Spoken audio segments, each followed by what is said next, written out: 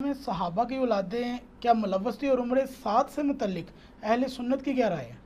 اہل سنت سے برا ہی سمجھتے ہیں جو یہ سعد ابن ابی وقاص عشرہ مبشرہ میں سے اور نبی علیہ السلام کے لاڈلے ترین صحابہ میں سے، لیکن ان کا بیٹا جو ہے وہ مردود نکلے آگے سے.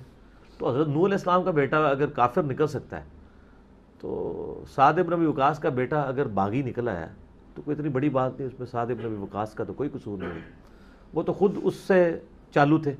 صحیح مسلم میں ایک حدیث ہے جس سے آپ کو سعد ابن ابی وقاص کے اس بیٹے کا کریکٹر پتہ چل جائے گا. عمر ابن سعد سامنے سے آ رہا ہوتا ہے نا سواری پہ سوار ہو کے، تو سعد ابن وقاص اپنے بیٹے کو دیکھ کے کہتے ہیں اے اللہ میں اس سواری کے سوار کے شر سے تیری پناہ میں آتا ہوں. اپنے بیٹے کے بارے میں، حالانکہ ابھی کربلا نہیں ہوئی ہے، کچھ بھی نہیں ہوا ہوا.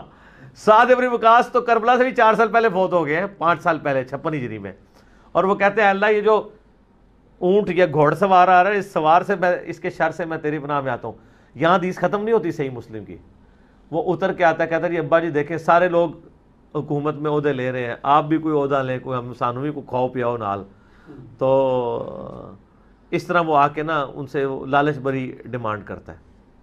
تو وہ اس سے اس کا کریکٹر پتہ چل جاتا ہے. اس کو پھر رے کی حکمرانی کا لالچ دیا ہے اس نے یزید نے، اور اس کو یوز کیا. اور دیکھیں بعد میں پھر اس نے لعنت کھٹی ہے نا، اس کا اپنا انجام بھی کیا ہوا ہے. باپ دیکھ لیں وہ شخصیت ہے کہ جس کو سنی شیعہ دونوں عزت کی نگاہ سے دیکھتے ہیں، اور بیٹا دیکھ لیں پھر کس قسم کا نکلا.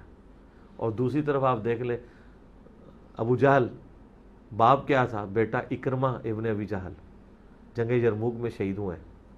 ٹھیک ہے، اسلام قبول کیا ہے، چند ہی سال کے اندر شہادت کا رتبہ بھی حاصل کر لیا. باپ امت کا فرعون ہے اور بیٹا صحابی ہے.